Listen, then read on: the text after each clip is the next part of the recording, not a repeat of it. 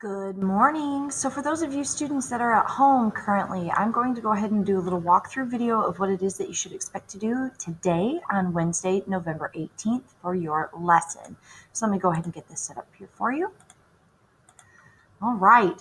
So today we're going to be reading both chapters 9 and 10 of Huck Finn, and then after that you're going to complete another Real Talk response. Now there are 4 questions that you'll be able to choose from, and we'll talk about that here in just a moment. So here on the agenda slide, you've got your PDF of the book so that you can read from here. Also in the slides, you've got the recorded version of the books from Loudlit. Remember, these are the unedited ones, so you will hear the N-word. If that is not at all your preference, of course, you can continue to watch in the next couple of slides. I'll post videos of me reading both chapters 9 and 10 with a little bit of discussion mixed in. I'd prefer you'd watch those so that you get the same sort of questions that I'm modeling and asking students here in class. All right, so you should do your at-home reading. Don't forget to be logging your pages each day.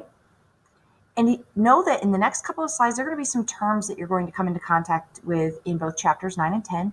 And these slides are going to have pictures of those terms so that you can make sense of them. For instance, in chapter 9, you're going to hear mention of hogshead.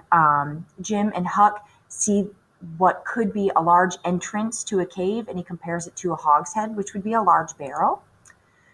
A frame house that they see in the river, yes, in the river after a massive flood. This is a calico print. It's a tiny floral print that was popular on dresses of the time. Obviously still kind of a normal print we see these days, but this is a calico print.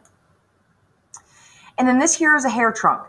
The weird thing about hair trunks, guys, is that they were made with like a leather or a hide on the outside of them. Well, in a hair trunk, the hair was not removed from the hide, so ugh. All right, and here we have a reticule. Now, a reticule in this time period would have been like a purse or a handbag, oftentimes real small and bag-like to carry, spare change, perhaps whatever a lady would like for a night on the town. And last but not least, a curry comb. Now, curry combs were meant oftentimes to brush a horse, but they were essentially a brush for the time period. All right, chapter 9 video is going to be going right here, guys. You'll be able to click on it and hear me read. Chapter 10, same thing here on this slide. And then last but not least, your reading response questions. So once you have read both chapters or you've listened to them and followed along, you'll answer one of these questions. Now, if you want to answer more than one, that's fine, but you need to answer at least one in your written response today. Now, if you don't recall where you're supposed to be finding your written response, I will show you.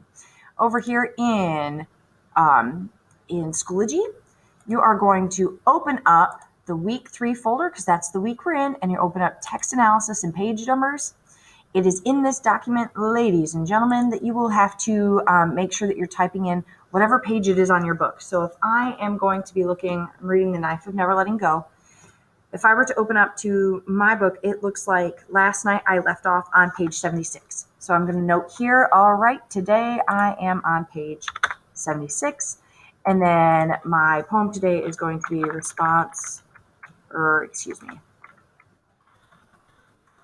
chapters 9 and 10. All right, date it here and then write your response to your questions. I hope you guys have a great day. If you have questions, don't forget to email me. And I just hope that you all are being safe and taking care. Have a good one.